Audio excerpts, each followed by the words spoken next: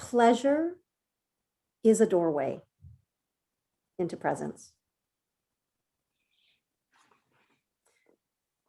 When we are in pleasure, there's a surrender. There's a natural interest. There's a natural gathering of attention around what is pleasurable. And then there's the allowing of going into it. So pleasure actually is a doorway into presence. So if you ever have that available, let yourself enjoy that. That ultimately, what we're doing is we're being with anything that appears in the field of our experience. So if pleasure is appearing in your field of experience, let yourself fully make contact with that and see what happens. Tenderness is another doorway. That when the heart feels relaxed, feels loving, feels safe,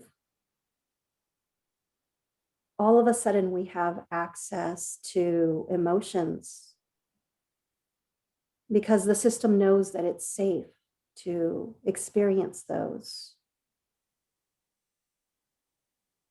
And there is something really healing and integrating about allowing ourselves to come into contact with that aspect of ourselves that we keep so separate or under control or usually repressed because it's either not a convenient time or we just don't have the place in our day-to-day that feels safe enough to be in vulnerability.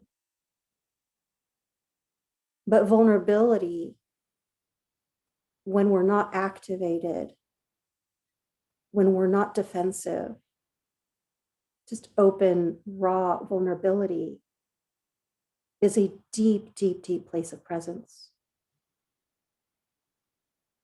It's a place where we are our uninhibited self,